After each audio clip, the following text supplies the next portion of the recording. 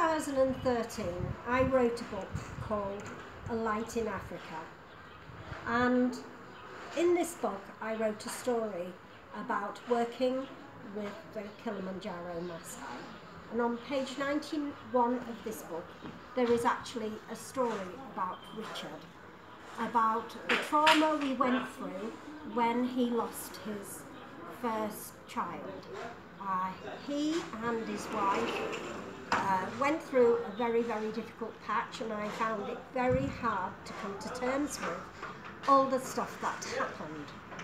So moving on from there, if you wanted to come and meet with Richard and book our 97-kilometre Maasai wilderness survival walk, you could actually now come and sleep in one of our bombers, which we have built, sit by the campfire and hear what Richard has to say about his life and everything to do with the Maasai.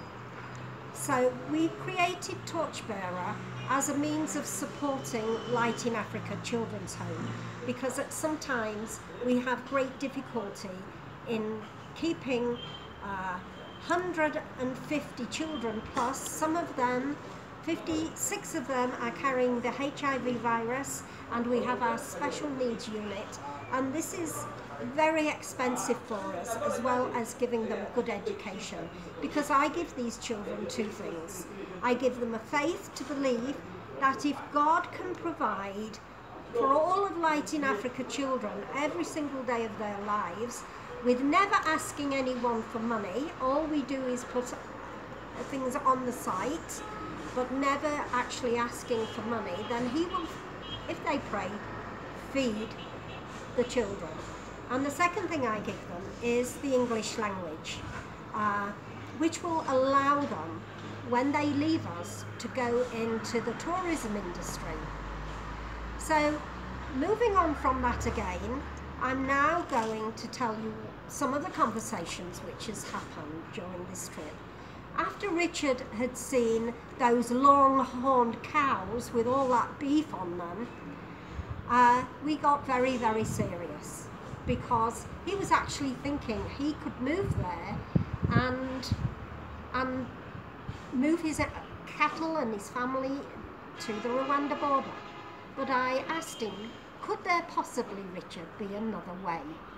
And we had a great conversation looking at the future of the Maasai.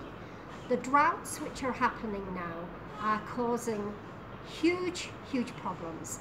The Maasai, who are nomadic pastoralists, are having to watch their cattle die and their children suffer with malnutrition. I made a suggestion to Richard, which was right out of the box.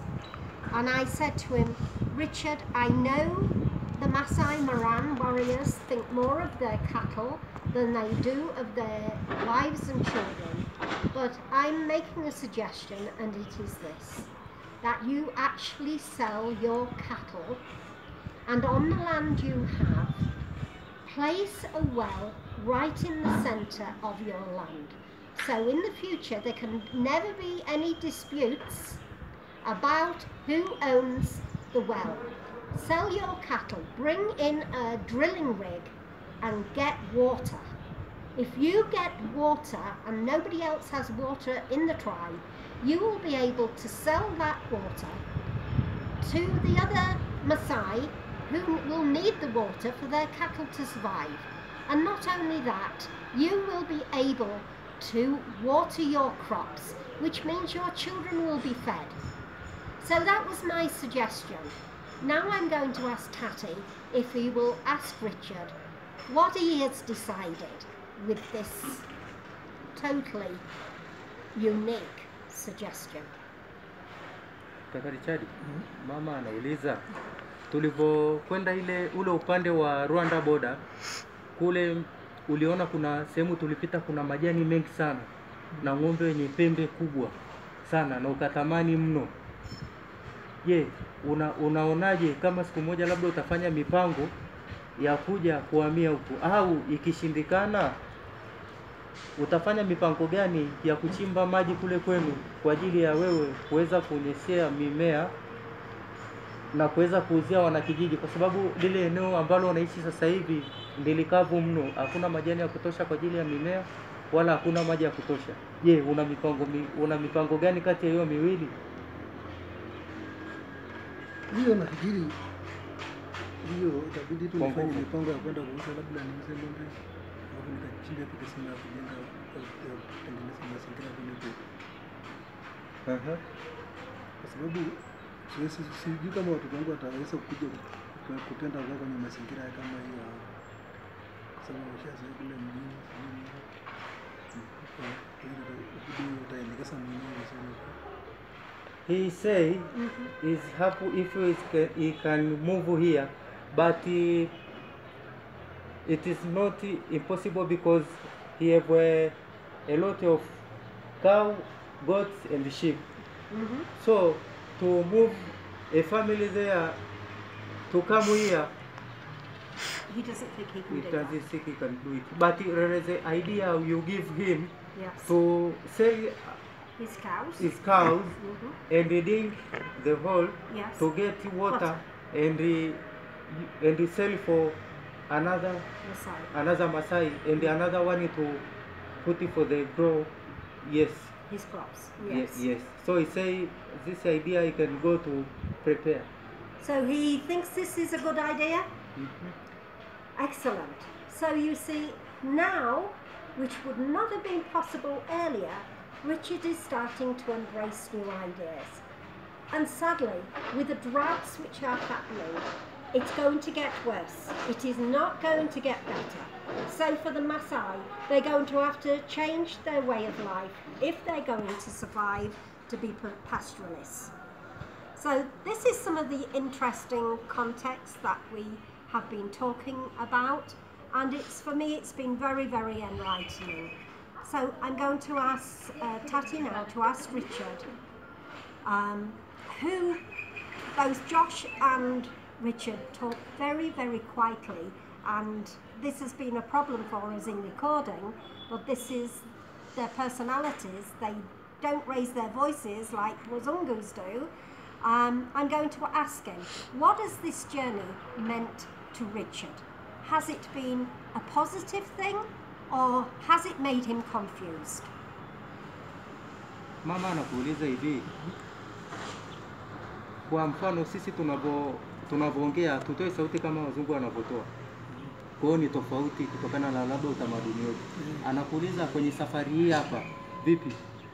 Umejifunza kitu? Kuna faida yoyote umepata kwenye safari hii hapa au hamna kitu? Kuna faida kwa sababu sijawahi kutembea safari kama hii, kubadilisha mazingira. Mimi nimefurahi jinsi nilivyotembea kubadilisha mazingira. Basi na vile vile nikaona vitu vingi kama ndege, sijawahi kupanda ndege. Haya, bado tena nimetembea na magari masaa 12, sijawahi tembea kama masaa 12 na gari huko. Kwa hiyo nimefurahi sana kubadilisha mazingira. He say this journey he get profit because he say he saw a lot of things. He's traveled many kilometers, but he never traveled before. So he is carry airplane, never carried before. He's carrying the ferry, he's catching ferry there, never catch it before. So he's learning many things, and you will give new idea how we can survive for this world now. Yes, because when he is live, it is so dry. Yes. And he has to watch his cattle die because of lack of water, and he has to see his children suffering from malnutrition. So he must do something to survive. Yes. Okay, well, there you go. It has been a wonderful journey up to now, and Richard is embracing this new mind experience of looking at things differently. So I'm very happy that it has been positive for him instead of confusing him, which it could have done. So we're now going to catch the coach to go to the Malawi border. So the next part of our journey is going to be the hardest, because it's going to take 3 days and 3 nights for us to get to Mozambique.